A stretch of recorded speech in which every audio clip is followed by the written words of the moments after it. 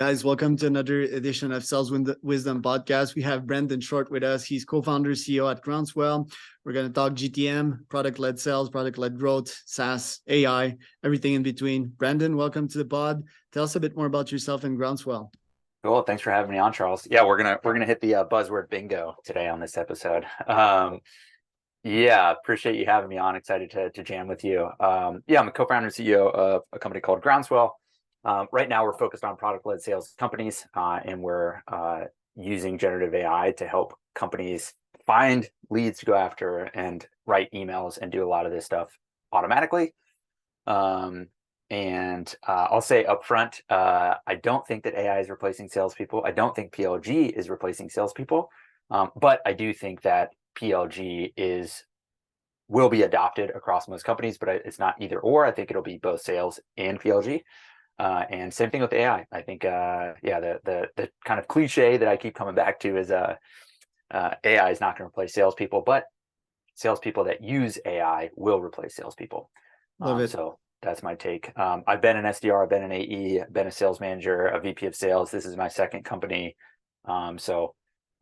Basically just been kind of a decade in B2B SaaS. I don't know much about consumer. I don't know much about a lot of things, but been deep in the B2B SaaS game for about a decade. So yeah, let's get into it. And Brandon has many tricks up his hat. One is to do live podcast calls from a sauna. Apparently has some nice health benefits. So he's live from That's a right. WeWork, and we started our discussion today discussing some bold bets. Let's start with that because that's interesting. My contrarian bet is that Airbnb is going to be a huge company. Looking at the stock right now, well, apparently they're somewhat undervalued, but it goes similar to other tech companies. I think they're going to be huge because nomads are going to go up and up and up, and people work from these Airbnbs, and there's still the innovation fiber. So my prediction, I'm going to look this stock as of today, but I'm predicting that it's going to at least 5x in the next decade with 80% certainty. What is your Nice. bet on WeWork that I'm gonna hedge you on it? I'm gonna definitely short you on that one. I like it. Let's see. So hard to say which one I'm more bullish on, WeWork or Airbnb. I do think that there's I've got a soft spot in my heart for founder-led companies. And so yeah, Newman no longer being at WeWork definitely hurts. And I'm pretty bullish on Brian over at It's Airbnb. key. But yeah, I think I'll take let's see, what will we do? So okay, I think we work 5X's in the next decade as well. I'll take 80%. So we'll just take the same exact bet. Yeah. I think here's the thing. My take is I work from home most days. I just had a kid. It's nice to be out of the house and be 100% focused on work in my sauna call booth here in WeWork. I also think, though, I would add it's kind of broken still. Like I don't have any other employees at Groundswell here in Austin. Hopefully someday I will. But actually, like I want to interact with people. I think that's actually the biggest advantage. So it's not just like having a space that has free coffee and call booths. Like I have that at my house. I think it's actually the interaction with people, the energy. And like I kind of get half the way there while I see people, I was in WeWork last night at 7:30. It's like, okay, I've still got, I'm looking at you. We're both hustling at 7:30 at night across the room. At home, it's like 7:30. I might just call it a day, or 6:30 or 5. So I think that energy is good. And then I think, especially for young people, the osmosis, learning next to each other, like it's just, you're not going to replace it. The last thing I'd say about this is, the thing I keep coming back to, somebody said to me, I think it was Scott Parker, maybe he was quoting somebody else, was basically saying like, when I see my competitors and they have an in-person office, am I nervous about that? Or am I like, oh, cool, they're going to be moving slow? To me, when I see a competitor get an in-person office, I'm like, oh, damn, like they're serious. They're going to be moving fast. And so then the question is, what's better for my business? It's probably to have some sort of in-person presence. So I think we'll see how it goes. All that said, my co-founder is in Seattle. We try to meet up once a quarter, but I think having teams in the same location is better than being remote. Yeah, I agree with you. No, I agree with that. I think it's definitely next level, more accountability. I think that's the keyword here. Yeah. Okay, so something quite funny. We're not gonna stick on that too much, but I think myself and the audience likes that. The WeWork stock is at $1. Oh wow. So okay. What was it at?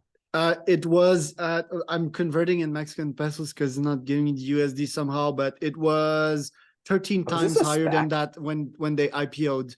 Yeah. All right, so perfect. So I can just go back up 5 times from here. Yeah, it feels like a good bet. Yes. Okay. Wait. It is, and I'm gonna double down on my bet, and we're gonna follow up on that. I think that in less than, and that one is really bold, in less than 6 months, they're gonna be acquired by CBRE, by Colliers, or by Cushman and Wakefield. Okay, so mark these words. 6 months. All right. I think they're gonna be acquired. Are they gonna be taken? Yeah, they're gonna. It's gonna be a private. Well, they're gonna merge, and both all of these are public companies. So that's my prediction with WeWork. But yeah, I want to stick on that one just one last time because it's an interesting topic as well. What were your thoughts on Adam Neumann? Yeah, I think that there is a very interesting argument to be made for kind of you have to fake it till you make it to some extent. I think he's an amazing storyteller. I think there's a lot to learn from Adam Neumann. I think, you can say the same for like Travis at Uber, Brian at Airbnb. Like these people are definitely blurring the lines of like, what is ethical or what is legal. I think if you look at certain people, like they're blatantly doing illegal things, right? This is like you're committing fraud. Who's the Firefest guy? Like he was committing fraud. Elizabeth Holmes was committing fraud. So there's a line that you don't want to cross. But I think there's also this weird gray area where you have to be pushing the envelope on things, and you don't want to do anything unethical. You don't want to do anything illegal. But I do think that these eccentric characters are, they're basically like, I don't know, like modern day cult leaders to some extent, where you have to get this big following to get investors, to get employees to go behind you on this big journey. And so like, I frankly, like, I think, he's doing whatever, something in the residential area now. Like I would bet that company is going to be very successful just because 100%. Of him. Yeah. I'd take that bet too. And you're right. So I read like these books, so my knowledge somewhat limited on each of these. I think bottom line is not really legal or illegal. It's more the morals and the values of society. Since we live in a democracy, they're being judged by society. So if they piss society more than they help society, I think they're gonna be prosecuted. I think they're gonna go in the illegal zone. There's investors in there. People are all about maximizing return for investors, and there's a lot of respect for that, especially in America. But yeah, the question is, Travis, did he piss people off? Yes, but taxis, and they're kind of small. They pissed off regulators and so forth. But people love Uber, man. Like what a product, right? You can summon magically a taxi next to your door. That was just incredible a couple of years ago. We're living nowadays the same magic with OpenAI's ChatGPT. And when you get the people, you get them behind you. Theranos, I think the consumers were also pissed, like false blood tests and so forth. And yeah, when you're fucking with people's health, you're gonna get in trouble. So thank you for your take on that. And Adam Neumann, last but not least, well, I think lots of people were kind of against him, but I do think he's a genius. And would you say that storytelling is one of the best skill to have as a CEO? Top 5? I think so. I would say storytelling and sales. I'm like personally not like super eccentric, but it's something that I think about often of like, even talking to you right now, it's like, okay, be more emotive, be more exciting, change your tone. This is actually like kind of a trained sales skill as well. And it's it's persuasion ultimately. Like it's persuading somebody to quit their job, at Google that's making $300,000 a year to come join your dinky little startup that's like basically just an idea. That is persuasion. That is telling a story about where we're going to be in 5 or 10 years. And that's to employees, that's to investors, that's to co-founders. Like, I think that storytelling persuasion flywheel is basically like, a necessity, I would say, especially at the early days from 0 to 1, probably all the way up through. I don't know. I don't have firsthand experience taking company public yet, so I don't know for sure. But I think from 0 to 1, I've definitely seen it as like, for my founder friends, like that's a skill set that really can help you break out as a founder. Right. I would 100% agree. I want to dig a bit more into your background before we get in the details of PLG and so Sure. forth. Yeah. You were acquired. How did that change your life? Was it like something that saved Exa, or was it more like, oh shit, we're getting acquired and that's cool and my life is changing now? Yeah, so it was I would say it was probably like somewhere in between. We were going out to raise a seed round. We were at like 250K in ARR. So we were pretty small, but we were going to go raise a seed round. And a company approached us to acquire us. And so we basically just evaluated in that process. And so we kind of were just evaluating options, and it was a good outcome for us. I think in hindsight, it was like pretty optimal. And yeah, I mean, I think it was like, it wasn't crazy life changing in terms of money for me, but I think it was like, okay, this is, to me, it's like, this was a base hit. It was, we sold for a few $1,000,000. But mostly like my upside and my co-founder's upside was in the equity of the company that acquired us. And so, yeah, it was interesting to go through that full process. And even at, a relatively small acquisition size, like there's a lot of paperwork, it takes a lot of time, there's negotiation, there's a lot of interesting things that it's actually very similar to running a sales process or running a fundraising process. And so, yeah, it was definitely a good outcome for us. But yeah, I think now, I also think now, like with Groundswell, this is the second company that I've started. It's like, I don't want an outcome after a couple of years. Like, I want to just be working on this for the next, couple of decades. So I think that was like probably the most helpful thing for me. Is like, okay, cool. This was a good base hit. This showed me like, this is the playbook here.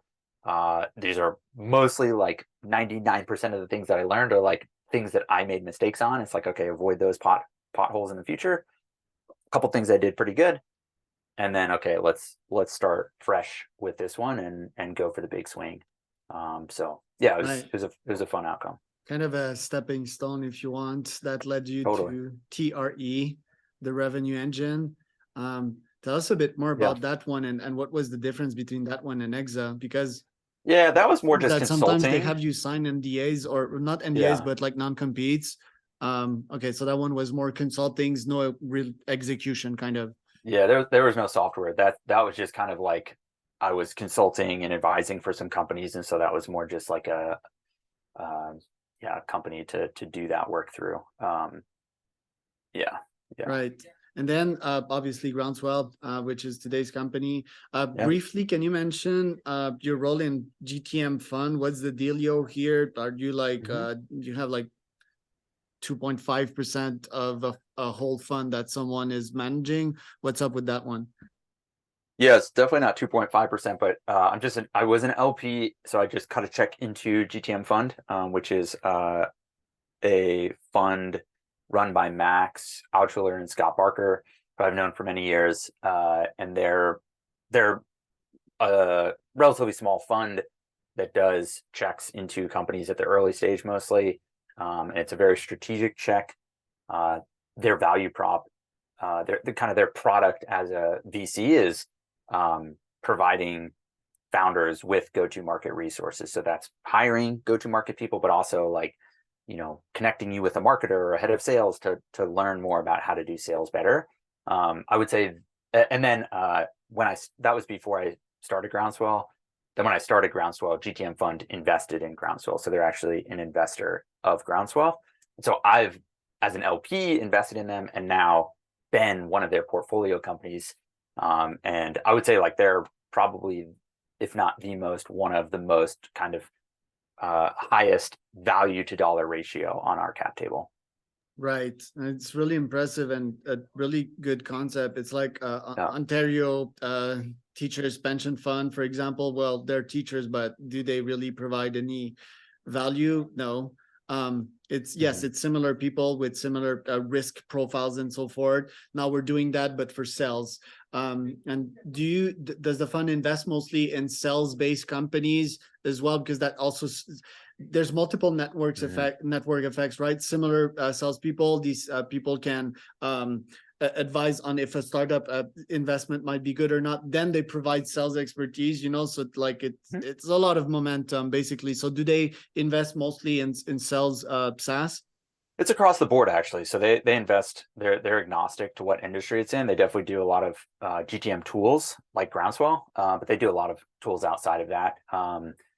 The other interesting thing is they have kind of this flywheel of, they have, I don't know, whatever it is, 150 LPs. I don't know the exact number. And they have another program that's Ramp, which is like, if you don't want to be an LP yet, but you can be in kind of a program that like has access to this network. Those people are also coming to GTM fund with deal flow, right? So like I, as an LP in GTM fund, came across companies while, say I was at Zoom, and it was like, hey, this company's super interesting. You should check them out, right? So they're actually getting very unique deal flow from this network of LPs at all of these great companies, right? So if I'm, using Vanta or DemoStack or Census or whoever at my company, I might be like, hey, this is an early stage company. The product is really good. The team seems solid. Whenever they go out to fundraise again, you should be in a conversation with them. And so they're getting this interesting deal flow from kind of the nodes in the network of their LPs. Talking about Zoom, like what did you learn from your time there? Yeah, I learned a lot. I mean, it was an interesting time to be there. I was actually consulting at the end of 2019 for a few companies. Zoom was one of them. The pandemic hit. And so I ended up joining Zoom full time as the pandemic kind of ramped up and things got pretty crazy at Zoom. It was the first time I was at like a very big company. I think we went from 2,000 employees to 4,000 employees, something like that in a 12-month period while I was there. There's definitely a lot of bureaucracy. Like there's pros and cons to it, right? Like I've mostly just been in small startups as a founder or as an early employee, sub 50 employees, for instance.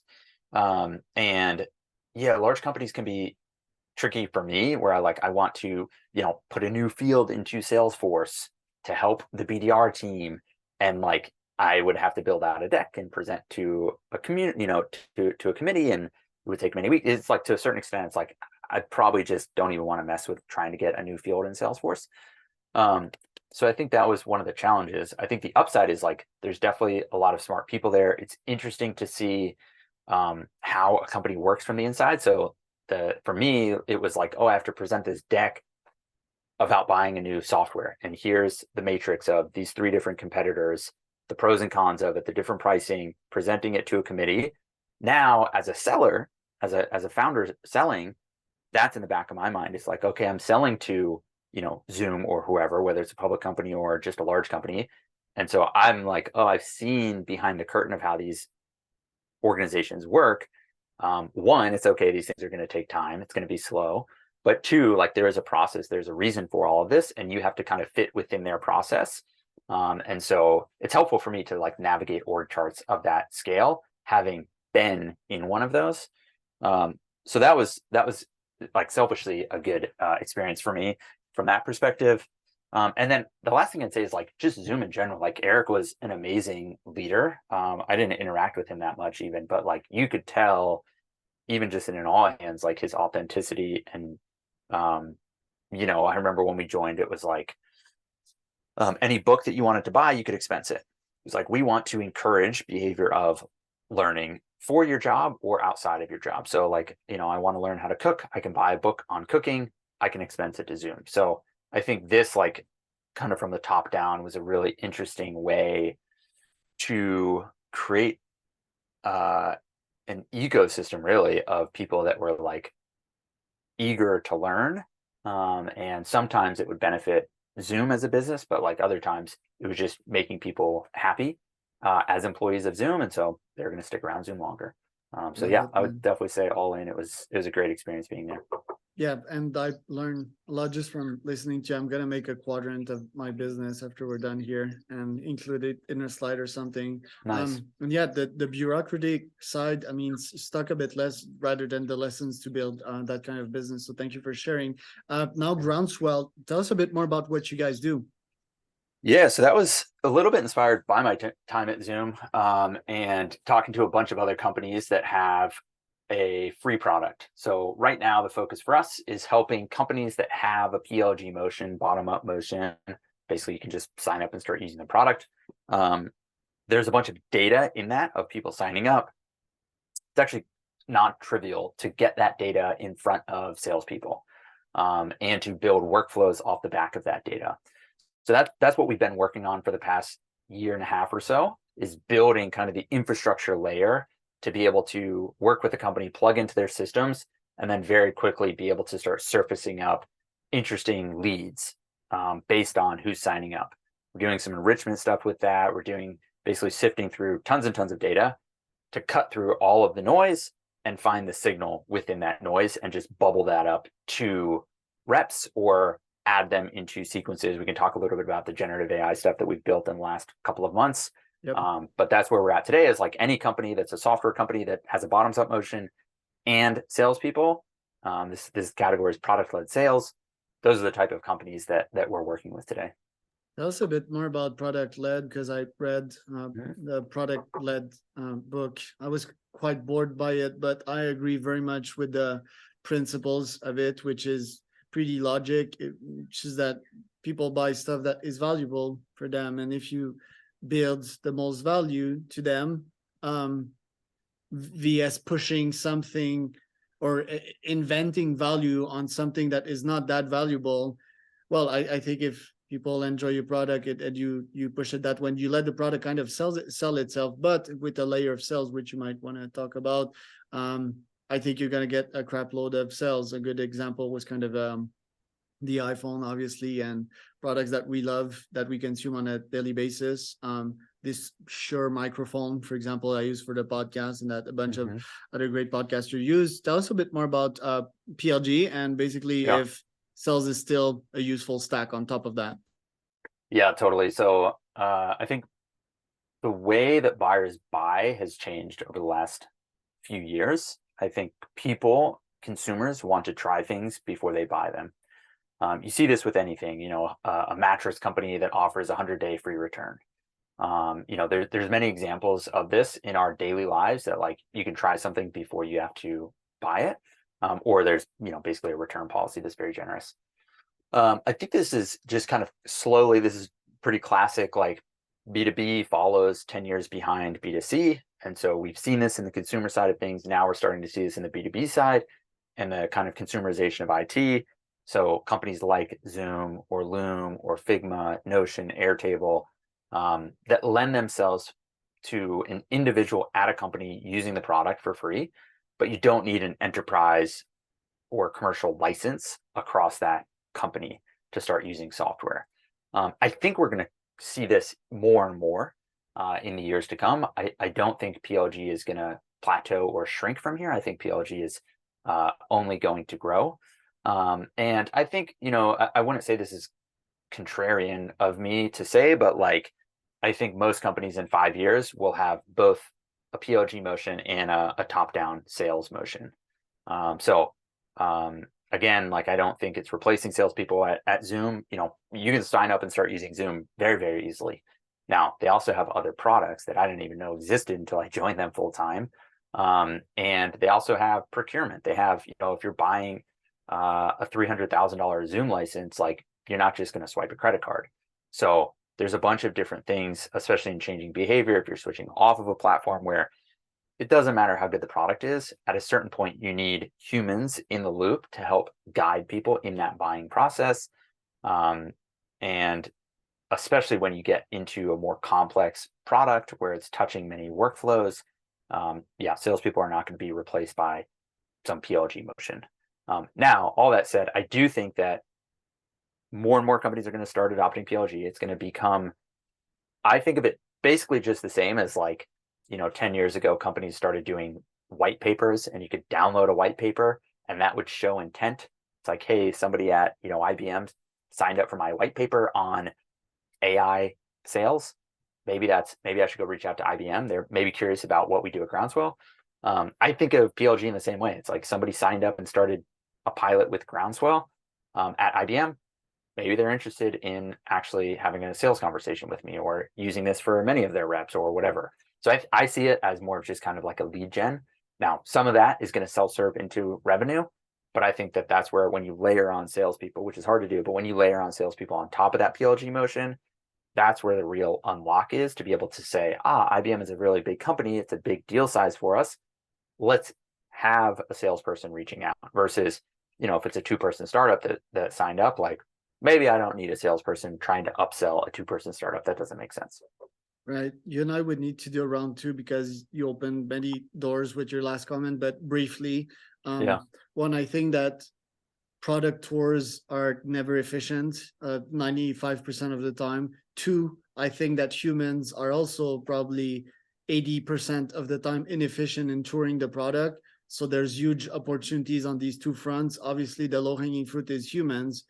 3, my contrarian thoughts on it is that, ironically, I think sales will be one of the last profession to be pushed down the cliff. I do think it's going to be pushed down the cliff with the future test, which I think that in 100 years older, I think our children will be like, oh, what's sales? You used to have that back in the days. Human, I don't know. It doesn't pass the test. But I do think that product's going to last since it's going to last quite some long time. So this is my 2 cents on it. But yeah, like I said, well, any thoughts on that to finish up the pod, and then I'll let you just pitch people on where they can find you out.